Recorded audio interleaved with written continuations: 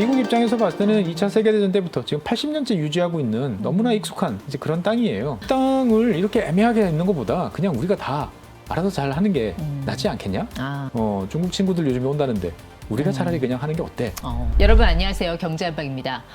트럼프 2.0 시대가 드디어 시작됐습니다. 트럼프 시대를 맞는 우리의 자세, 긴장되고 또 불안하기도 합니다. 최근에 트럼프가 눈독을 들이고 있는 그 주요 전략 요충지, 큰 땅이 하나 있어서요. 그 이야기를 좀 자세하게 들어보려고 오늘 지구본 연구소 최준영 박사님 모셨습니다. 네, 박사님 어서 오세요. 네, 안녕하세요. 트럼프가 지금 그린란드하고 네. 파나마 운하 거의 세트로 같이 이야기를 하고 있는데 네네. 그린란드 같은 경우는 지난번 취임했을 때, 그러니까 트럼프 1기 때도 한번 그 본색을 드러낸 적이 있었잖아요. 네. 나 저거 갖고 싶다. 네네. 근데 이번에 또 그랬단 말이죠. 그렇죠. 두 번이면 진심 아닙니까? 사실 너무 많은 예측이 지금 난무하고 있는 상황이에요. 트럼프라는 사람이 치밀하게 모든 네. 것을 예상해놓고 가는 게 아니고 크게 던지고 거기에서 상대방 반응을 보고가면서 나한테 유리한 게 뭔가를 이제 파악해가는 이제 그런 스타일이잖아요. 지금 어떻게 보면 전 세계가 이제 트럼프 취임에 대해서 이제 상당히 너무 많은 이제 관심과 이제 네. 긴장을 하다 보니까 한마디 한마디에 지나치게 많은 의미를 좀 부여하고 있는 것 아닌가라는 네. 생각도 좀 들어요. 맞아요. 예. 너무 뭐 일희일비할 필요는 없는데 그래도 네. 대비는 해야 할 것 같아서. 예, 그래서 뭐 트럼프가 생각하는 지정학이라는 거는 제가 봤을 때는 좀 과거로의 회귀 이렇게 생각이 되는 것 같아요. 그러니까 트럼프가 봤을 때 미국이라는 나라가 이제 전 세계를 예전처럼 다 커버할 수도 없고 네. 다 그럴 필요도 없다. 미국이 그 지난 20년 넘게 쓸데없는 곳에 너무 많은 피와 너무 많은 돈을 흘렸다. 라고 생각하는 거죠. 그러면 이제 미국 입장에서 봤을 때는 미국이 반드시 지켜야 될 곳, 네. 내 영역, 여기를 설정해 놓고 여기에서는 상대방이 기웃거리지 못하도록 네. 여기 들어와서 뭔가 이익을 보지 못하도록 확실하게 틀어막겠다. 그렇죠. 라고 이제 하는 것이고요. 그 중에 하나가 그린란드. 네, 보통 이제 네. 그린란드 그러면은 이제 우리나라 지도를 보면 어마어마하게 커 보입니다. 보면은 뭐 예, 이게 얼핏 봐서 우리나라 면적이 한 20배 정도는 될 것 같은데. 20배 훨씬 넘어 보이죠. 예, 그런데 이제 우리가 보통 그리고 있는 평면지도 메르카토르 도법으로 그린 이 지도는 북쪽으로 갈수록 남극으로 갈수록 면적이 무한대로 커집니다. 그렇죠. 예, 그러다 보니까 그린란드가 이제 엄청 커 보이지만 실제 면적은 이제 그거보다는 훨씬 이제 작다. 우리나라 네. 한 3배 정도로 이제 보시면 될 것 같고요. 미국은 전통적으로 19세기 때부터 이제 서경 20도라고 하는 이제 서반구 지역, 그러니까 지금의 아이슬란드, 그다음에 그린란드, 그리고 캐나다, 그리고 카리브해, 그리고 중남미. 네. 요 지역은 미국이 알아서 할 테니까 유럽은 손 떼라.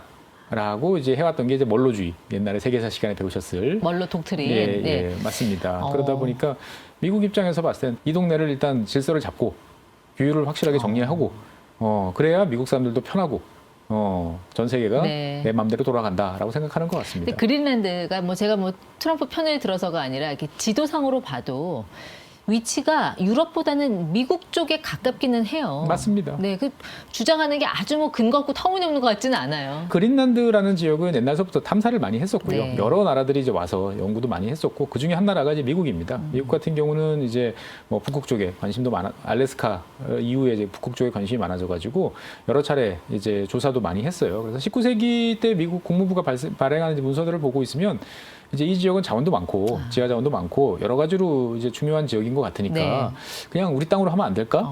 라는 이야기를 이제 그때서부터 이제 공공의원이 했습니다. 1946년에 트루먼 대통령이 네. 뭐 한 1억 줄게 금으로 준다고 그랬죠. 네, 그때는 금으로 준다고 그랬죠. 저 땅 다오 뭐 그랬잖아요. 네. 그러니까 이제 미국 입장에서 봤을 때는 이제 1940년인가요? 그 당시에 이제 덴마크는 나치 독일에 이제 점령이 당한 상태였는데 미국에는 이제 그 전에 임명했던 덴마크 대사가 그대로 있었겠죠. 예. 주미 덴마크 대사가 있었겠죠. 이 양반하고 그 다음에 미국 정부하고 그냥 조약을 협정을 체결합니다. 그린란드 뭐 방위에 관한 협정.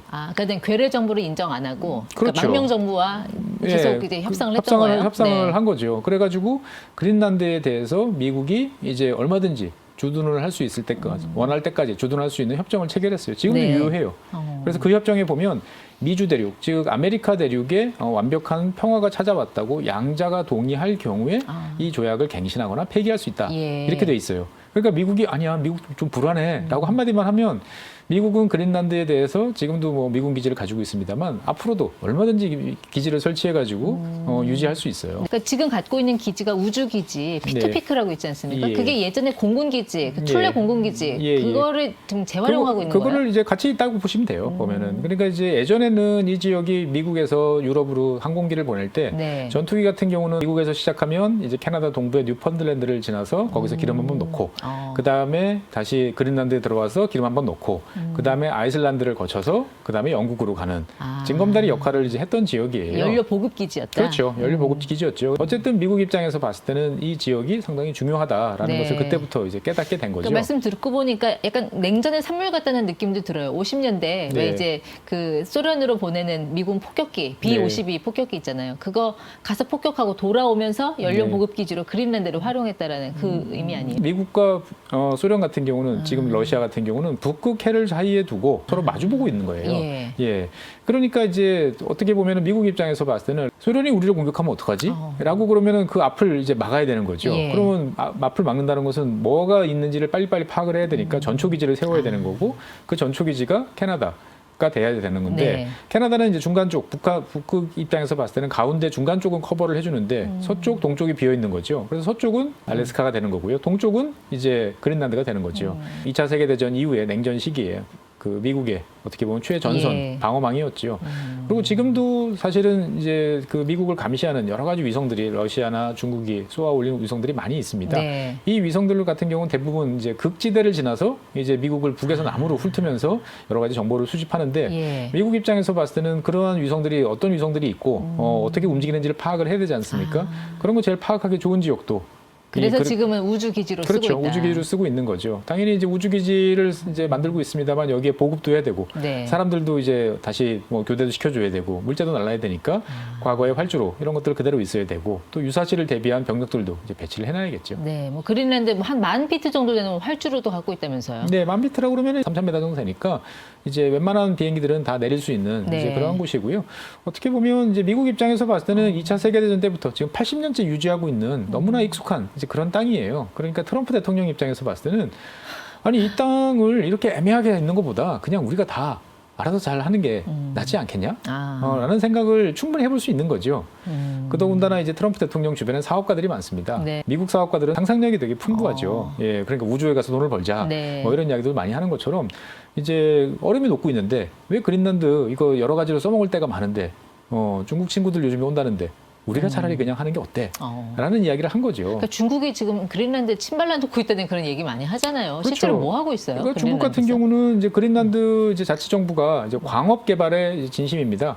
그린란드 같은 경우는 뭐 잘 아시는 것처럼 이제 실제로 보면은 이제 준 독립국이죠. 그러니까 덴마크를 영이긴 하지만 실질적인 자치권을 가지고 있고 그치, 자치 정부가 있는 거죠. 자치 정부도 있고 그다음에 내가 독립을 하겠다 그러면 독립할 수 있는 권한도 있어요. 그런데 단지 독립을 못하는 이유는 돈이 네. 없기 때문이에요. 수억 달러 정도 되는데 그 중에 이제 절반 이상을 이제 덴마크 정부가 지금 보조를 해주고 있다 보니까 그 돈이 없으면 그 그린란드 사람들이 제대로 된 뭔가를 할 수가 없다 보니까 지금 애매하게 지금 이제 있는 상태인데 뭐 그린란드 입장에서 봤을 때는 새롭게 뭔가를 더 잘해줄 존재가 나타나면 해볼 수도 있는 거죠. 그게 중국일 수도 있다. 그래서 중국 같은 경우는 그 그린란드 자치정부 같은 경우는 이제 그 그린란드 안에 있는 뭐 우라늄을 비롯한 히토류 예. 이런 자원들이 되게 많은데 이거를 개발하고자 하는 사람들한테 지금 면허를 발급을 해주고 있어요. 자연스럽게 이제 그린란드에도 이제 관심을 가지는 거죠. 그리고 뭐 공항도 건설해주기로 했다면서요? 거기 수도 누크랑 거기 인근 예, 지역에. 그러니까 이제 중국이 잘하는 겁니다. 당신들이 원하는 인프라를 우리가 대신 건설해줄게. 그러면 이거를 너희들이 뭐 50년, 뭐 100년 이렇게 나눠 갚던지 아니면 이제 우리가 원하는 뭐 개발권, 인프라 이런 것들하고 맞바꾸는 쪽으로 네. 가자라고 이야기하면 그린란드 입장에서 봤을 때는 이게 가까운 나라도 아니고 네. 멀리 있는 나라다 보니까 그렇게 위협적으로 느낄 리가 없는 거지요. 그러니까 이제 해볼까라는 네. 생각들을 이제 당연히 할 수밖에 없습니다. 거기 빙정석이라는 또 그런 광물 자원이 있다면서요? 광물 자원은 있었습니다. 지금은 없어요? 예, 지금은 없어요. 그러니까 빙정석이라는 건 뭐냐면은 이제 알루미늄, 옛날에 2차 세계대전 때 비행기는 다 알루미늄으로 만들었죠. 네. 그런데 알루미늄을 처음 만들 때는 어마어마한 에너지가 들어갑니다. 녹이기가 힘들어요? 녹이는데 한 2000도 이상 아주 고열이 필요해요. 철보다 네. 훨씬 더 높은 온도를 올려야 되는데 쉽지 않죠. 그런데 신기하게도 빙정석을 섞으면 한 1000도쯤이면 대충 녹아요. 그러니까 녹는 점을 낮춰주는 그렇죠. 거예요. 그러니까 훨씬 유리한데 2차 세계전 당시에 이제 전 세계적으로 유의미할 정도로 이 빙정석을 캐낼 수 있는 곳은 그린란드밖에 없었어요. 네. 그러니까 미국은 당시에 이 그린란드에 있는 빙정석을 다 독점을 했죠. 그래서 미국이 압도적으로 많은 비행기를 생산하는데 이제 큰 도움을 줬는데 이제 매장량이 이제 바닥이 난 거죠. 그러니까 현재 이제 이 그린란드에 있는 빙정석 이제 광산은 이제 폐쇄가 됐다라고 이제 알려져 있습니다. 네. 어쨌든 그 작은 땅이라도 뭐 가치가 어마어마하군요. 네, 그린란드 같은 경우는 그 중에서도 이제 가스, 천연가스 같은 경우는 북극권에 앞으로 개발하면 나올 수 있는 가스의 한 95%가 그린란드 주변에 있어요. 예. 그런데 이제 이거를 개발하는 데는 아마 저희 살아생전에는 보기 쉽지 않을 거예요. 왜냐하면은 전 세계적으로 가스는 많은 편이고 얼음이 이제 녹다가 얼다가 그러니까 다른 지역에서 녹은 얼음이 어마어마하게 큰 얼음들이 막 이제 예. 돌아다니죠. 그러니까 그 위에 만들어 놓은 플랜트들을 이제 때리고 지나가면 이제 큰 피해를 입을 수밖에 없죠. 현실적이지 않고 이제 미래를 위해서 예. 한번 잡아보면 알래스카도 뭐 처음에 잡아놓고 나면 그렇죠. 세계에서 가장 큰 냉동 창고를 샀다. 뭐 그러니까요. 그러는데 이제 지나고 보면 그런 미국이 거죠. 그런 식으로 땅을 매입해서 재미 본 게 많잖아요. 루이지애나주도 그렇고 네. 알래스카도 그렇고 그렇죠. 루이지애나주도 당시 가격으로 뭐 4,500억? 그러니까 이제 말도 안 되는 가격이죠, 루이지애나라고 지금 그러면은 이제 많은 분들이 이제 지금의 루이지애나 주 네. 그것만 생각하세요. 어. 미국이 그 땅을 그렇게 많은 돈 주고 산 건 아닙니다. 시시피강 전체를 샀다고 보시면 돼요. 뉴욕을. 그러니까 쉽게 말해서 중서부가 시작되는 지역에서부터 로키 산맥 조금 동쪽까지 네. 그 넓은 지역이 얼마나 넓은지도 몰랐는데 일단 프랑스가 팔겠다고 그 땅을 확보하려면은 대서양을 건너가야 되는데 당시에 영국이랑 전쟁 중이었어요. 그러니까 건너갈 수가 없는 거예요. 그런데 영국이랑 전쟁을 하고 유럽에 전쟁을 하려면 돈이 필요해요. 그러니까 어차피 우리가 지금 써먹지도 못할 땅, 네. 돈이 있으면 팔자. 그래가지고 그 땅을 이제 사지 않겠냐. 미국 입장에서 봤을 때는 이 땅을 좋은 기회다라고 네. 돈을 사야 되는데 당시 미국은 돈이 없었어요. 그래서 그러면 그 돈을 어디서 빌렸을까요? 미국이 영국에 지금은 이제 망이 없어진 베어링스라는 그 은행한테 네. 돈을 빌렸어요. 그러면 결국 그 돈은 이제 미국을 거쳐서 프랑스로 들어갔겠죠. 예. 그러면 프랑스랑 영국은 당시 전쟁 중이었어요. 영국 돈으로 프랑스가 군인들 옷도 입히고 총도 만들고 대포도 만들어서 영국이랑 싸우는 이제 그런 일이 벌어진 거죠. 그러니까 어떻게 보면 참 미국은 부동산으로 흥한 나라인 것 같아요. 그렇게 땅을 매입해서 맞습니다. 성공한 게 많으니까. 예. 네. 그러니까 이제 대서양과 태평양 사이에 있다라는 게 웬만한 나라들은 그 네. 땅을 건너가서 미국을 공격하기 힘들잖아요. 그렇죠. 그러니까 그 안에 있는 땅들은 어차피 다 미국 거 이렇게 돼버리는 거를 잘 활용했다라고 보시면 되겠습니다. 그러니까 미국은 어떻게든 이제 그린란드를 그런 어떤 전략적, 또 뭐 군사적 그런 요충지로 활용을 하려고 하는 것 같은데, 뭐 그린란드에 핵 무기 배치할 거다, 뭐 네. 중국과 러시아를 겨냥해서 네. 뭐 이런 얘기도 나오는데. 실제로 현실성은 저는 없다고 보여지고요. 과거에 1960년대에는 이제 핵무기를 배치하려고 여러 가지 생각을 많이 했어요. 여러 가지 이제 건설을 센츄리 프로젝트라고 그래가지고 네. 이거를 진행을 했었어요. 결국은 실패했죠. 왜냐하면은 빙하라는 게 생각보다 빠르게 움직이더라는 거예요. 네. 그러니까 이제 만들어놓은 시설물들이 계속 뭐 붕괴되고 부서지고, 예. 그러니까 아예 그만하자 안 해라고 했는데 그 당시에 이제 미국이 청소를 잘 안 하고 남았죠. 그린란드 왜 위로 왜 북극 항로가 열리잖아요. 네네. 지금 중국하고 러시아가 손잡고 지금 거기 네. 실크로드를 만들겠다고 하는데 네네. 그렇게 되면 물류 비용을 굉장히 절감할 수 있다고 하는데 어느 네. 정도 가치가 있는 거예요? 일단은 뭐 지금 수에즈 운하가 돌아서 유럽으로 가는 것보다 거의 3분의 1 정도 이제 수준이니까 예. 훨씬 빨리 갈 수 있는 거죠. 쉽게 말해서 지금은 유럽으로 배를 보낸다 그러면 한 2주를 이제 잡고 간다 그러면 이쪽을 통해서 가면은 한 5, 6일이면 이제 갈 수 있으니까 좋긴 한데 미국 입장에서 봤을 때는 여기서도 좀 걸리는 게 있어요. 그러니까 북극을 보면 이쪽에 러시아가 쭉 있고 그다음에 캐나다, 알래스카가 네. 이렇게 존재하잖아요. 그렇죠. 그런데 항해를 하려면 러시아 쪽이 훨씬 좋아요. 똑같이 녹아도 네. 예, 얼음이 녹아도 러시아 쪽은 수심도 좀 깊고 그다음에 섬들도 분명하게 형체들이 있다 보니까 어디를 피해가면 되는지를 금방 파악할 수 있어요. 그런데 이제 캐나다, 알래스카 이쪽 같은 경우는 수많은 섬들이 이제 있고 수심도 좀 얕고 그러니까 안전하게 항해하기가 상당히 좀 부담스러운 이제 그런 항로죠. 예. 그러니까 미국 입장에서 봤을 때는 여기에 대해서도 좀 이제 아쉬움도 좀 있고 그다음에 이제 북극에 대해서 일방적으로 러시아가 이득 챙기는 거를 좀 견제하고 싶은 이제 그런 생각도 많은 거죠. 네. 그린란드가 자치권이 있다고 하면 네. 우리를 그 미국에 팔아 넘길 거냐 말 거냐도 본인들이 결정할 수 있는 문제 아니에요? 맞습니다. 주민투표 이런 걸로요? 네네, 맞습니다. 만약에 미국이 이제 유의미한 정말 좋은 조건을 제시한다면 네. 뭐 될 가능성도 배제할 수는 없는 거죠. 덴마크 너네가 그동안 우리한테 해준 게 뭐 있어? 우리 미국한테 갈래? 하고 네. 결정하면 갈 수도 있는 거 갈 수도 아니에요? 있는 겁니다. 예. 그래서 이제 미국이 여기를 정식 주로 받을 건지 아니면 이제 푸에르토리코처럼 이제 보호령으로 받을 건지 그거는 또 여러 가지 또 복잡한 이제 뭐 협상들이 이제 필요한 거죠. 푸에르토리코나 괌 같은 모델이 될 수 있겠네요. 그렇죠. 네. 근데 이제 그럴 거면 이제 과연 받을 것이냐? 저는 안 받을 것 같아요. 그린란드 사람들이. 왜냐하면 푸에르토리코나 이제 괌이 이제 미국이 본토와 같은 동등한 수준의 서비스를 제공해주고 뭘 했느냐? 그건 또 아니거든요. 그러다 보니까 이제 그렇게 이 그린란드 사람도 잘 아는 거죠. 예. 미국 본토하고 그렇지 않은 지역의 대접은 다르다. 그러면 우리가 굳이 뭐 그런 거를 왜 가져가야 되느냐라는 네. 또 반발 있을 수 있다고 저는 근데 생각합니다. 미국이 상응한 당근을 던져주고 뭐 군사기지도 더 확충하고 그리고 뭐 자원개발도 도와주면서 미국 세력권으로 포섭하는 그런 시나리오도 어느 정도 가능할 것 같기도 한데. 트럼프 대통령이 이제 그렇게까지 구체적인 생각을 가지고 있는 것 같지는 않아요. 저는 그래서 그린란드 이야기에 대해서 그렇게 생각하는 거죠. 미국이란 나라가 이제 자신의 영역을 분명히 해놓겠다. 그래서 여기에 대해서는 우리가 무슨 판단을 할 수도 있다라는 것을 이제 과시하는 측면에서 이야기를 이제 했던 거고 그런 면에서 봤을 때 트럼프 대통령의 우선 관심은 이제 그린란드보다는 이제 파나마 운하 쪽에 이제 먼저 갈 가능성이 전 높다고 봐요. 원래 미국 거였고 그러다가 네. 이제 미국이 이제 1999년 12월 31일 날 이제 반납을 했고 네. 당시 반납을 했을 때 이제 공화당 쪽에서는 계속 반대를 했었거든요. 예. 그러니까 이거 이제 다시 가져오겠다. 옛날에 우리 땅이었는데 여기에 중국 친구들이 와가지고 활동하는 네. 게 나 마음에 안 들어. 라고 생각하면 1순위는 파나마. 그렇죠. 그 다음에 그게 정리가 되면 2순위 그린란드. 이렇게 되지 않을까. 그래서 저는. 취임식 그 첫 일성 때도 그린란드는 빠지고 파나마는 또 언급을 했더라고요. 실제로 파나마 운하를 판 이유 자체가 미국 서해안에 있는 군함을 빨리 동해안으로 보내고 싶어서 사실은 미국이 막대한 돈을 들여서 팠던 거거든요. 네. 20세기 초반에.